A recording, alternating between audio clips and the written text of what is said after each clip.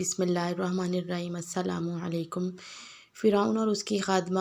آج میں آپ کو ایک ایسا ایمان افروز واقعہ سناتی ہوں جس کو پڑھنے کے بعد ہمارا ایمان تازہ ہوگا۔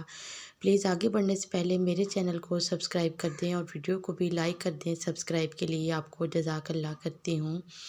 حضور اکرم صلی اللہ علیہ وآلہ وسلم شب معراج میں بیت المقدس کی طرف جاتے ہوئے مصر کے قریب ایک مقام سے گزرے تو انہیں نہایت ہی اعلیٰ اور زبردست خوشبو آنے لگی۔ آپ صلی اللہ علیہ وآلہ وسلم نے حضرت جبرائیل علیہ السلام سے پوچھا کہ یہ خوشبو کیسی ہے؟ جواب ملا کہ یہ فرعون کی باندی مشاطہ اور اس کی اولاد کی قبر سے آ رہی ہے۔ پھر حضرت جبرائیل علیہ السلام نے اس کا قصہ بیان کیا کہ مشاطہ فرعون کی بیٹی کی خادمہ تھی اور وہ خفیہ طور پر اسلام لا چکی تھی۔ ایک دن فرعون کی لڑکی کو کنگھی کرتے ہوئے اس کے ہاتھ سے اتفاقاً کنگھی گر پڑی۔ وہ اٹھانے لگی تو اس کی زبان سے بے ساختہ بسم اللہ نکل گیا۔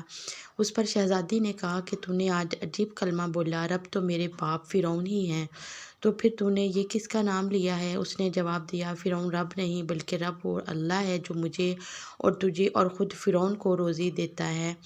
شہزادی نے کہا، اچھا تو میرے باپ کے سوا کسی اور کو اپنا رب مانتی ہے؟ اس نے جواب دیا، ہاں ہاں، میرا، تیرا اور تیرے باپ سب کا رب اللہ تعالیٰ ہی ہے۔ شہزادی نے اپنے باپ سے کہلوایا۔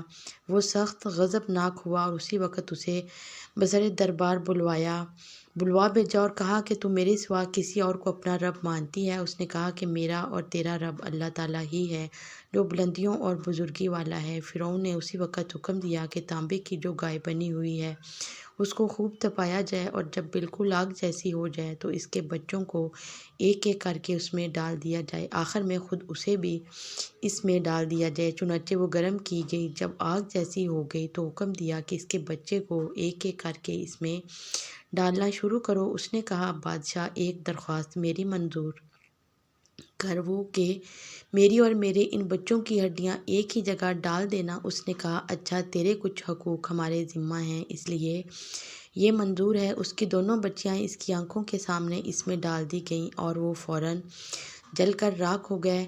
پھر سب سے چھوٹے کی باری آئی جو ماں کی چھاتی سے لگا ہوا دودھ پی رہا تھا۔ فرعون کے سپاہیوں نے اسے گھسیٹا تو اس نیک بندی کی آنکھوں تلے اندھیرا چھا گیا۔ اللہ تعالیٰ نے اس بچے کو اسی وقت زبان دے دی اور اس نے بآواز بلند کہا، اماں جان افسوس نہ کر، اماں جان ذرا بھی پس و پیش نہ کر، حق پر جان دینا ہی سب سے بڑی نیکی ہے۔ چنانچہ انہیں صبر آ گیا۔